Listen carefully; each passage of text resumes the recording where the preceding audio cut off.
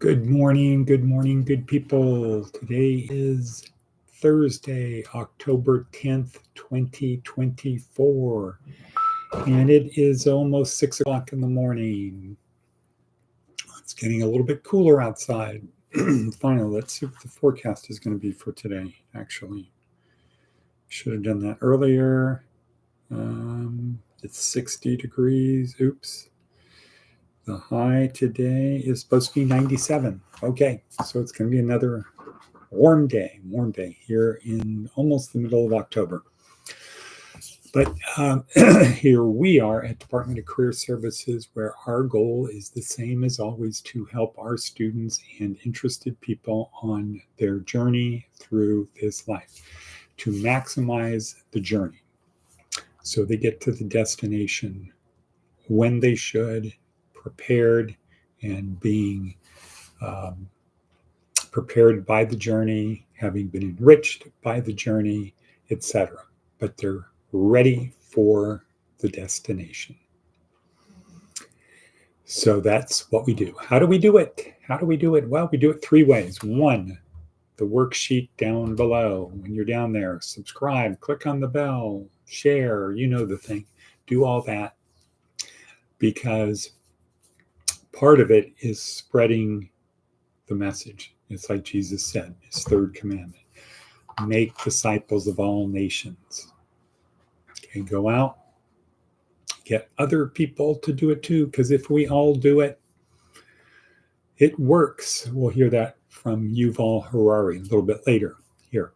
So one way is the worksheet. That's where the experts are talking about how to get from here to there in the most efficient, most productive way in four areas: physical, fitness and health, what you ingest, and what you process, how you process, how you locomote in the world, how you get things done. Fitness and health, what you eat and how you're able to perform. Because the better you're able to move around in the world, the healthier you are, the more you're going to be able to do. And you can't exercise your way out of a bad diet. So eat well. Eat well. Part of my daily diet now are these: aguacate, everyone, and grapefruit. Just add them to my daily day. Good morning, what a baby. She's enthusiastic. Good. The second way we help people on their journey through life is through this podcast. And that is the repetition of doing it every day. Do a thing, create good practices, and then repeat them so they become habit. Habit. What is habit? Habit is unconscious behavior. It's things we can get ourselves to do automatically. Do that. And then number three, in fact, so, habit, do it. There is a hurricane in Florida right now. The power is out, but who's on the podcast? Wada Bevy. Be like Wada. Jackie Chan, yes. Power's out. She's huddled in the dark on her phone. Well, maybe it's not so dark. It's about 9 a.m., but it's probably pretty dark for 9 a.m. if the storm is out there. This is an opportunity to experience life. Go outside for 5 minutes and just enjoy nature's power. Okay, so the second way is hunkering down. Okay, the second way is the podcast: repetition, building better habits. That's the key. Building better habits. You're going to create habits. We automatically do that because our brain is able to do that. Just program yourself to build better habits. Next, it's the camaraderie of the podcast. It's the sharing. It's the getting to know the people. Those are the three ways we help people on their journey through this life. The production quality, not so good. The talent, not so good. It's the process, though. It's the doing it. It's the coming together. That's the key stuff. So And my hunch is, in fact, regularly, a very important, successful guy jumps on and then posts something on LinkedIn, thumbs up regarding the video. Joshi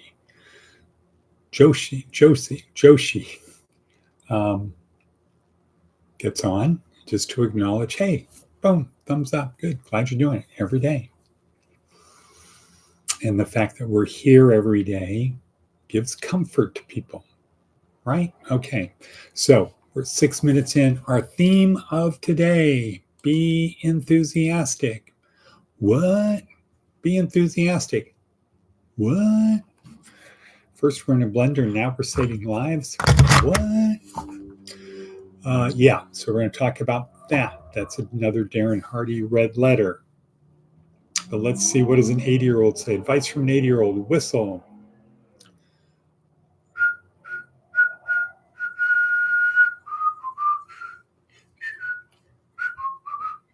Okay, done my whistling for today. Actually, I'll do that on the car.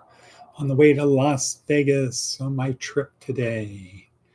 My important trip. Okay, advice from an 80-year-old. How about Seth Godin? What does Seth have to say? The inevitable meeting. So this will segue into Darren Hardy, be enthusiastic, and Yuval Harari. The inevitable meeting. When the person you could have been meets the person you are becoming, is it going to be a cause for celebration or heartbreak? This is something we must work on right now and tomorrow and every single day until the meeting happens. So it's typically like, here's the person you could have been, but here is the person you're becoming. Oops, what happens when these two meet? What happens when they meet? This person meets this person. Celebration or heartbreak? I could have been this. David Goggins talks about that in his life. That's one of his motivating things, is when he gets up there and God is going through the history of his life of what he could have been versus what he was. He wants to hear, you exceeded what you could have been. This is what you should have been. An exterminator. This is you were on that path. This is what you became. Good for you. Okay. All righty then. So that's what Seth Godin says. One day, who you could have been is going to meet who you're becoming. Who you became. One day, who you became is going to meet who you could have been. What do you want that day to be like? It's not too late. It's never too late to get back on track. Maybe you'll never get to here. Maybe instead of here, you'll get here, but you'll feel good about it. Next, Yuval Harari. Well, let's just talk for a little brief teaser, little seasoning about Darren Hardy. Be enthusiastic. It changes everything. And he points out, though, that if you're not enthusiastic, how do you spark the enthusiasm? And his message is act enthusiastically. And I would say in that video, he talks about curiosity. And I would say curiosity in a positive way. What could happen here? We're working at this job. We're working in this job, in this kitchen. We're supposed to be producing great food, but we have an attitude of it sucks. What if we had a little curiosity and said, what would it be like? How would we feel if the customers left here and said, man, that was great. That was a great meal. How would we feel? Well, one way to do that is what they do in good restaurants. The cooks occasionally go out and talk to the people. How was your meal? Oh man, it was great. How does that make the cook feel? Good, right? So he's going to take that in, get a little shot of dopamine, shot of serotonin, a little bit of oxytocin in it. Now there's just a little pink, pink, pink, a little seasoning of that. And he's making the next meal. He says, well, after I make this meal, I'm going to go out and talk to the people and see if they liked it. Knowing I'm going to go out and talk to the people, what am I going to put into that meal? Yeah, I'm going to put a little bit more positiveness into that meal. I'm going to start feeling enthusiastic because I want to get the, wow, that was a great meal. Man, you're the best chef. And I know that if they say that to me, they're going to go say it to their friends. And I know and my boss knows if people tell their friends how good the meal was, their friends are going to come here too. And wow, it's going to be great. So Darren Hardy says, to be enthusiastic, you need to act enthusiastically, even if you're not. Even if you're not enthusiastic, act like you are and watch what happens. Watch what happens. So the manager could say to the chef, the cook, hey, table 4 over there. Looks like they're enjoying the meal. Why don't you go out and say thank you to them? Why don't you go see if they like the meal? Oh man, that sucks. I'm not supposed to. I know, but it's important. Would you mind doing it, please? 100% guarantee the cook is going to walk back in the kitchen and say, they liked my meal. Now, he might say to everyone else, what do you expect, man? I'm the best. I'm the best, man. They might say that to other people, but internally they're going to feel like, wow, that person appreciated what I did. I'm going to do it again. And I'm going to look forward to going out there. And one day it's going to be the manager is going to tell me, stop going out and talking to customers all the time. We're backed up. No, people don't come here just for food. That's called takeout. They come here to have an experience, to get away from the challenges and problems and frustrations and uncertainty and doubt of life. Coming here to rejuvenate their soul. Right, Watabemi? Exactamente. She said that even before I got that out. Okay, Maticus von Atticus, how was your day yesterday? I know you called me, but I'm studying. I was studying, not stuttering. I was studying. Exactamente. Let's see if Maticus von Atticus has anything to say about the adventure in Fort Prescott. Back. Okay, back. Forward. He says back, I say forward. I say, let's do this. Let's make this happen. We're better than that. We're better than these pond scum, this layer of pond scum. We're better than that. We'll kick their booty and they can lick our booty. Right? Enthusiasm, people. Let's be enthusiastic, God damn it. Okay. Yes, I was in a meeting when you called, Matt. Back. Watabebby. Happy face, happy face, happy face. Okay, so let's talk about Yuval Harari. Why do humans control the planet? Humans control the planet because we're the only animals that can work. We can work in large numbers. We can work. What's the word I'm looking for? Flexibly. Yeah, that's it. They can work flexibly in large numbers. Okay, animals cannot. No other animal can work flexibly in large numbers. Some animals can work in large numbers. Ants, bees, termites, things like that. They can work in large numbers, but they can't work flexibly. They're programmed to do what they're programmed to do. And collectively, they get a thing done. They make honey. They make ant colonies, whatever they do. But they can't change. Okay, it's very hard to change. Kill the queen, the hive has a big problem. All they can do is do what they're programmed to do. On the other hand, there are animals that can work flexibly, like the social mammals, but only in small numbers. As Yuval Harari says, you'll never see a chimpanzee go off and give a talk to some other chimpanzees about how to be better. They can only cooperate if they know one another. Are you a good chimpanzee? Are you an evil chimpanzee? So humans, though, are able to work flexibly in large numbers. How? Okay, cool. How? Okay, it's a fact. We can look at the world and say, yeah, we do. We're the only animals that can work flexibly in large numbers. How? Well, because we create stories that we believe. And if we all believe the story, then we can work flexibly in large numbers to effectuate whatever that story is. So if there's a story that says, if we pray and we're good, it will rain. This is people in Egypt several thousand years ago.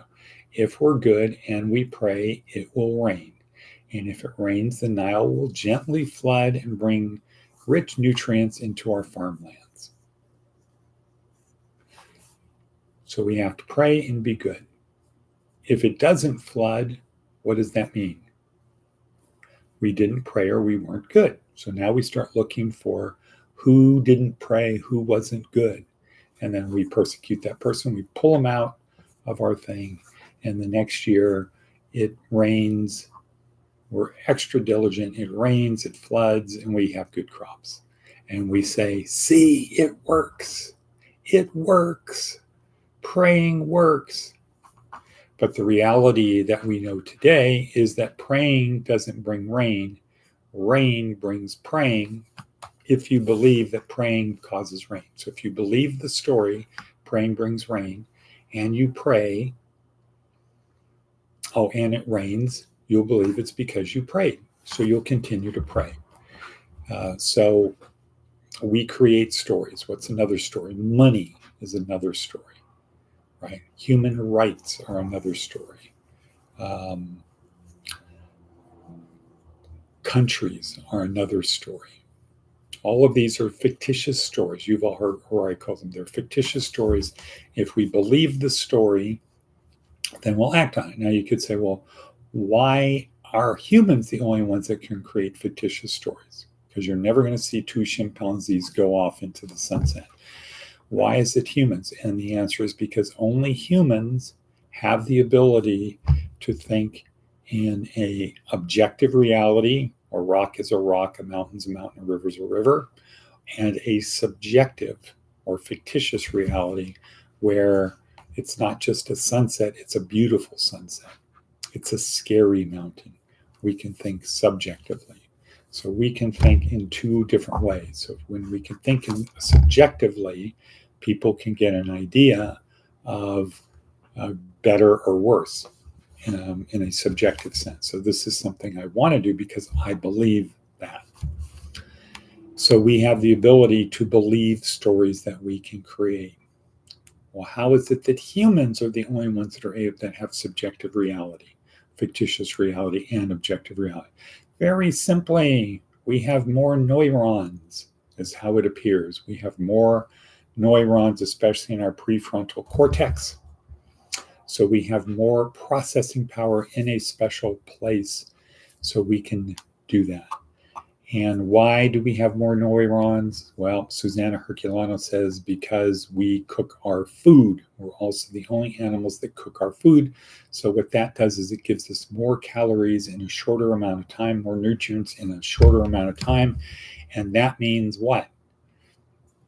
Instead of finding food, eating food, digesting food, we have more time to what? Solve problems.